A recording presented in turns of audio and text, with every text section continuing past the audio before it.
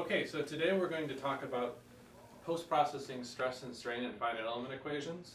And let's first start with writing out what the displacement looks like in a finite element simulation. So our displacement field is the interpolation of some nodal displacements written in a vector v times our shape functions n.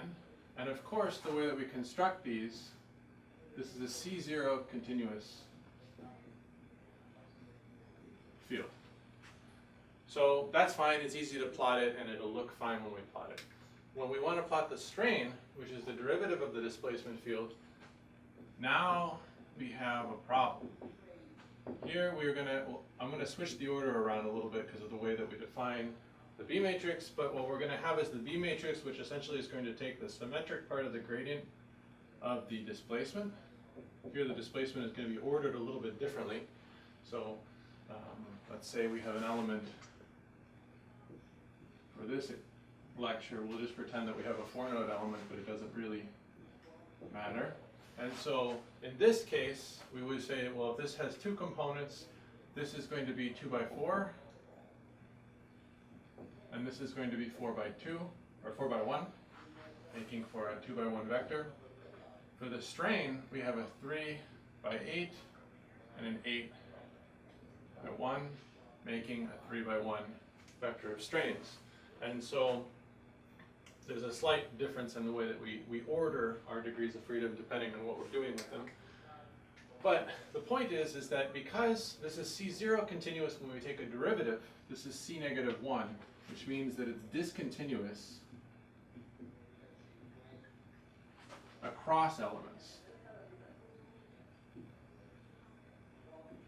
And this can be challenging to plot. And so what we're going to talk about is 3 different approaches for plotting smooth and continuous strain or displacement fields.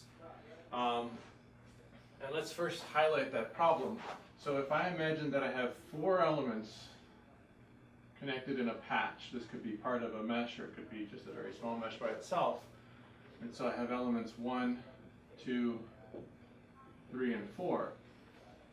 If I evaluate the strain at this node in the center, depending on which element I use to collect D, I'm going to have 4 different values of strain.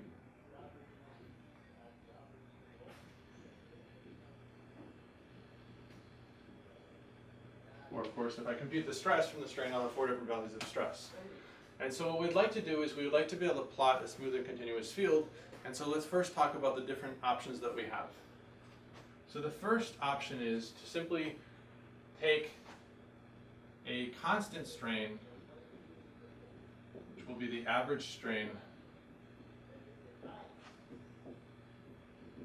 in each element.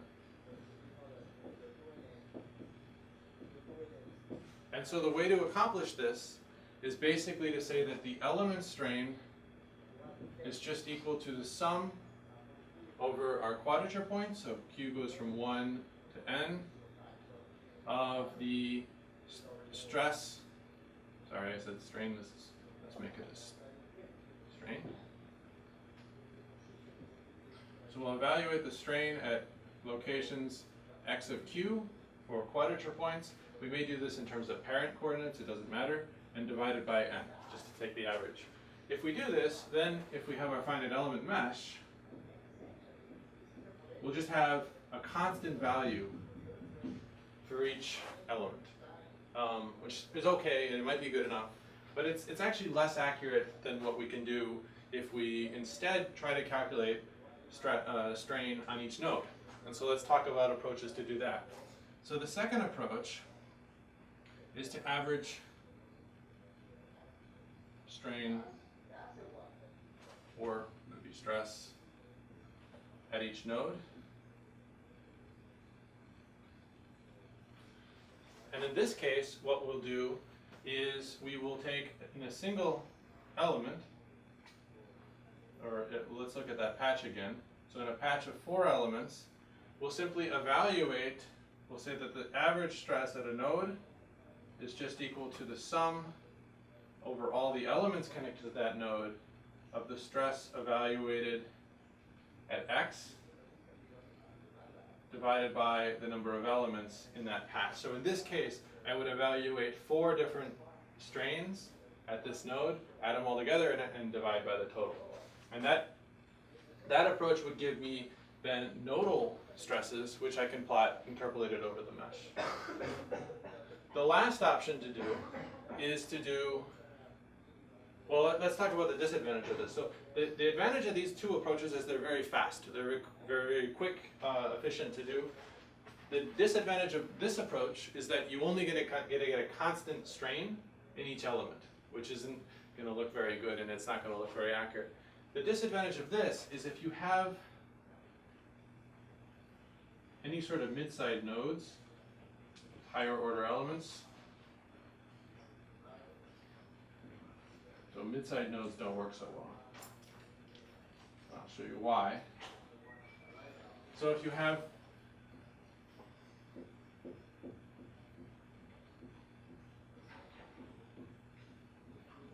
this section, then essentially, let's draw one more row.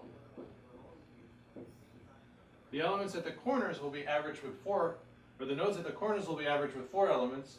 The nodes at the midside will be averaged with 2 elements. What you're going to see is kind of wrinkles in your strain field often. So you'll see it's not very continuous. It really looks poor. So in this case, you really don't want to use this method. Okay, so we're going to cut here. You don't have to stop it, but okay. I'm just going to erase the board. Start over. So if you want, you could just, if you want to make it animated, you could just like, is it running or not? It is now. Oh, okay. So. Well, it has been. I didn't try yeah, it. I hope so. Yeah.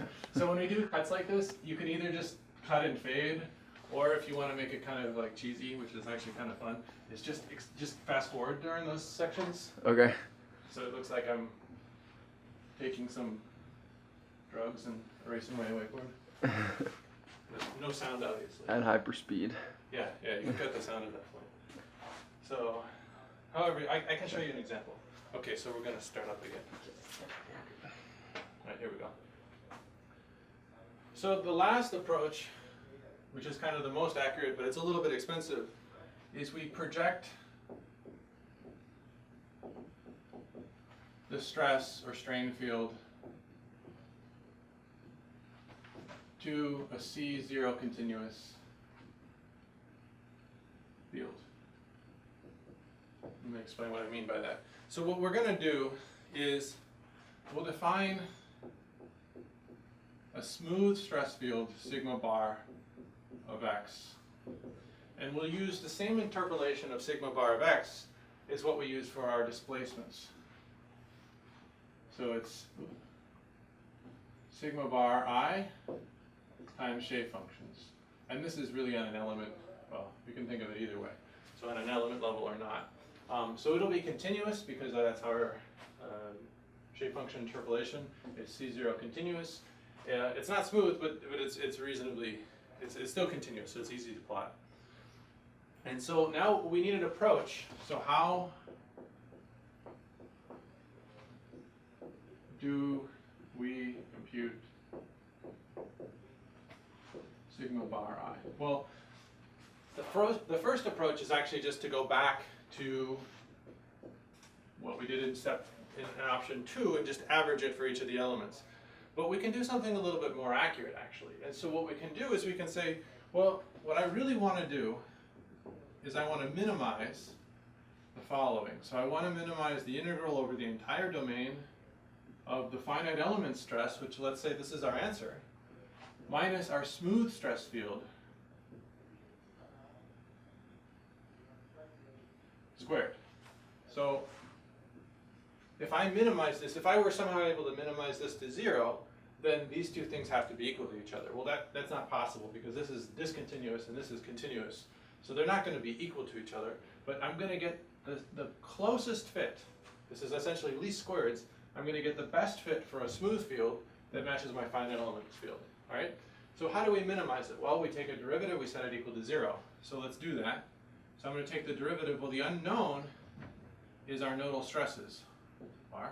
So I'm going to take a derivative with respect to, I have to use a new index because I have two i's already. I'm going to take a derivative of that function, and just so I don't accidentally have double indices, I'm going to write this square out just as a product. Now I can't use I again, but it's just a sum, so I'm just going to use k. So if this is equal to 0, then I have the minimum of that function. So let's evaluate that derivative. So I have two of these, so I know I'm going to get a power of 2. I'll take that outside. So I have a 2 integral over the domain. This just goes straight through because of the product rule.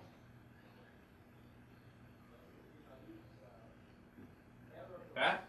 And then I have to take the derivative of this term. Of course, I have to take the derivative of this term times that, but since they're the same, that's where the factor of 2 comes from. They're not the same with different letters, but remember, this is a sum, so the result of this is the same. And so the derivative of the second term, well, there's no derivative of ni with respect to sigma bar j. They're not related to each other. So it's just the derivative of sigma k with respect to j. So let's just write that. The derivative of sigma j bar with respect to sigma k bar. Well, for instance, if I'm thinking of the derivative of sigma 1 with respect to sigma 2, they don't depend on each other. That's totally irrelevant. But obviously, the derivative of sigma 1 with respect to the derivative of sigma 1, it's like derivative of x with respect to x. It's just 1. So if I is equal to j, or I'm sorry, if j is equal to k, it's 1, else it's 0. We call that the Kronecker delta jk. So we'll write that out. There's a negative sign we have to keep, so it's minus Kronecker delta jk times nk derivative or integral over the domain is equal to 0. Now we can we can divide both sides by 2. We also can say that when I have some term that looks like this, Kronecker delta jk times alpha k, this is equal to alpha a, this is equal to aj. That's what you get when you expand out the sum. And so finishing this up, what we do when we rearrange some terms is we're going to get the integral over the domain. I'm going to take this term first, and so I'm going to have ni, nj, integral. I can pull out the nodal degrees, the nodal values of the stress because they don't depend on space. I can pull those out of the integral. Sigma bar I is equal to, I'll take everything else to the other side. This term was positive because the two negatives canceled. This one is going to be, we're going to take this transformation into account. And so this side is going to be the integral over the domain of n j, because j becomes k becomes j because of the Kronecker delta, times my finite element stress integrated over the domain. And what I get from this is an integral of the shape functions, like the products of the shape functions. So I'm going to call this thing A, which is the matrix Aij. This is still sigma I. This is symmetric, so whether I write it Aij or Aji, it doesn't make any difference.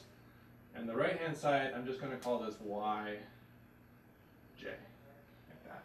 And so this gives me a matrix equation to solve. Aij times sigma I is equal to y sub j. This I can evaluate just by integrating my solution, my solution stress times the shape functions. This side I can calculate, and then I have to solve the system of equations to get my smooth stress field. And so if we just look at that a little closer, just to get the size of things.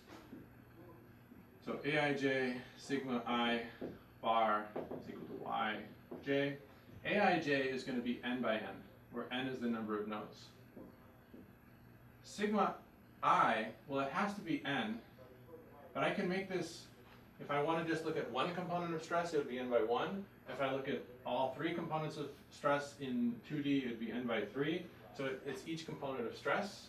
And the right-hand side is going to be, well, we could look at this and see that it also has to be n by 3. Which makes sense because n is going to come from the j, and the 3 is going to come from how many components of stress that I have. And so that's pretty much it. That's how we compute smooth stresses from finite element solution.